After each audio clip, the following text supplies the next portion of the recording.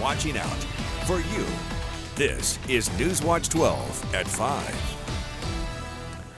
This week marks 25 years since the new Carissa ran aground in Coos Bay in 1999. The freighter ship was known as the ship that would not die.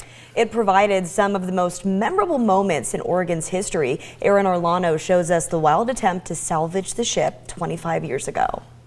In 1999, the new Carissa, a freighter stationed in the Philippines, was on its way to pick up a massive supply of wood chips in Coos Bay, like these ships are doing here. But on February 4th of that year, due to captain error during a powerful storm, the ship ran aground into the shorelines of Coos Bay. No one was hurt and the crew was safely removed. But it was all hands on deck to prevent the hundreds of thousands of gallons of fuel and oil on board from leaking into the ocean. I mean, this is an environmental disaster if we sit back and just allow this to flow into the water. The U.S. Coast Guard and contracted ship salvagers joined forces to salvage the ship without causing more of a disaster. But failed tugging attempts pushed the new Carissa further on shore by 600 feet, making it impossible to fully salvage the massive vessel. Days after running aground, oil began leaking into the ocean. The decision was made to burn the fuel to stop the leaking. You can see some flames coming out of the new Carissa, 200 feet high. All indications are that the detonation was successful. We've got exactly the right color smoke that we need out of there. This slowed down the leakage, but it split the ship in half. She flooded very, very quickly, indicating a large hole. When that happened, we had lost the ship. After tugging the bow and failing to sink it with explosives, U.S. Navy warships were called in, firing their big guns at the hull.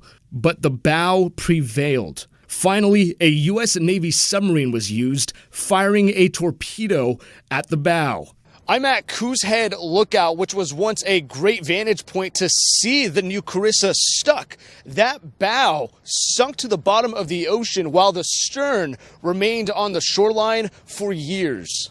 A court battle between the state of Oregon and the company that owned the freighter ended with the state being awarded millions to pay for the stern's dismantling. In 2008, a salvage company was hired to dismantle and dispose the stern 9 years after the new Carissa struck shore. According to the National Oceanic and Atmospheric Administration, over 70,000 gallons of oil spilled into the water. And a report from the U.S. Fish and Wildlife says thousands of local seabirds were killed.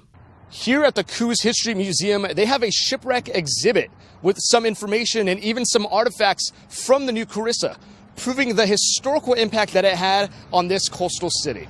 Oh, and this giant piece of metal you see right here next to me, that is a propeller from the ship that just would not die.